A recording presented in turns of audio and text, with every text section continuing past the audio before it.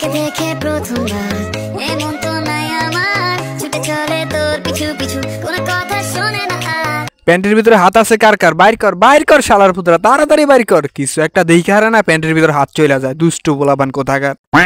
আগে সে ছিল সুশীল্যান্ড ভদ্র একটা মাইয়া, বিউ হয় না তার জন্য সবকিছু দিছে খুইলা, এখন তারটা দেখে পোলাপাইনেরটা করে খারাপ। এমনিতেও আজকে তোমাদের প্যান্টের ভিতরে হাত দিয়ে হবে না কোনো লাভ, কারণ আজকের ভিডিওতে তাকে দিতেছি না কোনো লাড়াচাড়া এন্ড দিতেছি না কোনো ঠা, কারণ আগের ভিডিওতে বলে দেওয়া হয়েছে এই ভিডিওতে দুইজনকে দেওয়া হবে আইক্যা আলাবাস। কি বুঝলাম? আচ্ছা চলো কালকের একটা সিন প্লে করে আসি।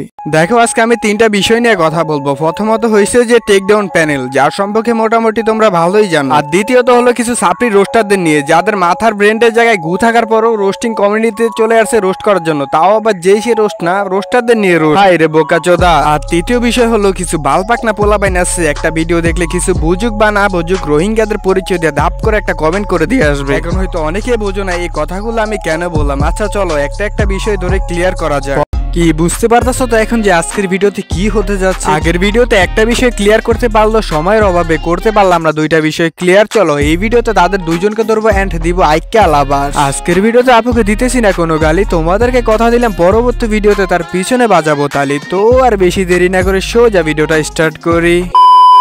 কালকে যেহেতু একটা বিষয় ক্লিয়ার করে দিছি, চলো আজকে প্রথমে ধরা যাক কিছু চুতিয়া রোস্টারদের, যাদের মাথায় ব্রেন্ডের জায়গায় পুরোটাই গু দিয়ে ভর্তি, তারা আবার চলে আসছে রোস্ট করার জন্য। আবার যেই সে রোস্ট না, রোস্টারদের নিয়ে রোস্ট। কাহিনীটা বুঝতেছো? যাদেরকে এক কথায় বলা হয় টিকটক আর রোস্টার, ইভেন কেউ কেউ সাপ্রি রোস্টারও বলে থাকে তাদেরকে। দেখ ভাই তোদেরকে আমি একটা কথাই বলবো, তোরা টিকটক আর রোস্টার হস কিংবা সাপ্রি রোস্টার হস, রোস্টার তো নাকি। এখন কথা হলো তুইও রোস্টার এন্ড আমিও রোস্টার। আমি মনে করি আমরা ভাই ভাই, এইটা তুই মান বা না মান, কিন্তু তুই যে একটা বোকাচোদা রোস্টার এটা তোর মানাই লাগবো। কি সাক্ষ্য প্রমাণ আছে তোমার কাছে? সাক্ষ্য প্রমাণ সবকিছুই আছে, একটু ওয়েট করে আস্তে আস্তে সবকিছু দেখাইতেছি। হয়তো এখন অনেকেই জানে না যে আমি কাদের বিষয়ে এখনো কথা বলতেছি। আচ্ছা তোমাদের কি মনে আছে ওই যে ফ্রি ফায়ারে লাইভ স্ট্রিম করতো যে রিমু এফএফ, তার কিছুগুলা বাচ্চা পোলা বাইনা ছিল না, টিকটক আর রোস্টার হিসাবে পরিচিত পাইছিল। ধরতে পারো আজকে সেই রোস্টার নামে কিছু বোকাচোদাদের নিয়ে কথা বলতেছে। দেখ চুতিয়া রোস্টার, তুই হয়তো আই এম সজীবের ফ্যান কিংবা অ্যাডভান্স পোলা ফ্যানকে তুই হেড দিয়ে ভিডিও করতেছ, কিংবা তুই অন্য কারো ফ্যান এন্ড অন্য কাউকে হেড দিয়ে ভিডিও করতেছ, অথচ দিন শেষে সবই রোস্টার।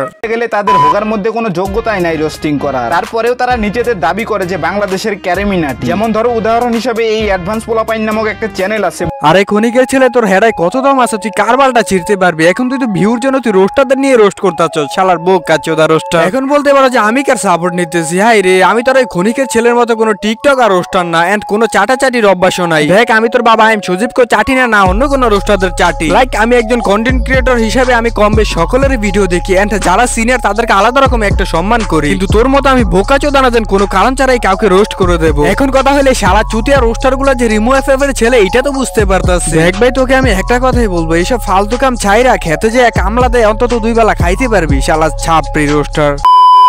চলো এখন আসা যাক তৃতীয় বিষয়। কিছু বোকাচোদা অডিয়েন্স আছে, একটা ভিডিও দেখলে কিছু বুঝুক বা না বুঝুক ধাপ করে একটা কমেন্ট করে দিয়ে আসবে। এরা আবার কারো একজনের ফ্যান, কিন্তু কোনো কারণ ছাড়াই অন্য রোস্টারদের কমেন্টে যায় গুতাগুতি চোদায়। দেখো তোমাদেরকে আমি একটাই কথাই বলতে চাই, হয়তো একজনের ভিডিও তোমাদের কাছে ভালো না লাগতে পারে, কিন্তু তার ভিডিওতে যায় এমন বুক চোদামি করো কেন, এইটাই বুঝলাম। দেখো আমি আরেকটা কথা বলে রাখি যে আমি কিন্তু সবার কথা বলতেছি না, এমন কিছু কিছু অডিয়েন্স আছে যাদের ব্রেন্ডের জায়গায় গু থাকে। দেখো হয়তো এখন কিছু অডিয়েন্স আছে বাকি দুইটা বিষয় বুঝতে পারলে তৃতীয় বিষয়টা বুঝতে পারতেছে না। চলো এখন খোলাখুলি ভাবে কথা বলা যায়। আসলে কাহিনীটা হলো অ্যাডভান্স গেমিং রোস্টিং কমিউনিটি ছেড়ে চলে গেছে, প্রায় অনেক দিনই হয়েছে। কথাগুলো অনেক পুরনো হলে এখন বলতেছি। তো ছেড়ে চলে যাওয়ার সময় সাথে ভালোই কন্ট্রোভার্সিটি হয়েছিল অনেকের সাথে। এখন অনেক বোকাচোদা অডিয়েন্স আছে বলতেছে যে অ্যাডভান্স পোলাপানের জন্য সে কমিউনিটি ছেড়ে চলে গেছে। যারা যারা বলতেছে অ্যাডভান্স পোলাপানের জন্য অ্যাডভান্স গেমিং রোস্টিং কমিউনিটি ছেড়ে চলে গেছে, হ্যাঁ তাদেরকে বলতেছি। এন্ড হে বোকাচোদা রোস্টার, তুইও শুনে রাখ, তোর উদ্দেশ্যে বলতেছি যে মুজাহিদ ভাই এবং নিলয় ভাই তারা একে অপরের বেস্ট ফ্রেন্ড এবং ছোটকাল থেকে একসাথে পড়ালেখা করছে, ইভেন একসাথে ইন্টার শেষ করছে। আচ্ছা চলো এখন দেখি সে রোস্টিং কমিউনিটি কেন ছেড়ে চলে গেছে। দেখো তারা অডিয়েন্স যারা আছে কিংবা যারা রোস্টিং কমিউনিটি নিয়মিত ভিডিও দেখো, তারা হয়তো জানো যে সে এমনিতেও রোস্টিং কমিউনিটি ছেড়ে চলে যাইতো, কারণ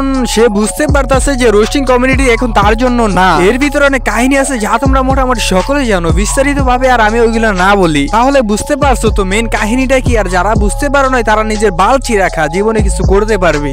দেখা হবে পরবর্তী ভিডিওতে, ততক্ষণের জন্য আল্লাহ হাফেজ।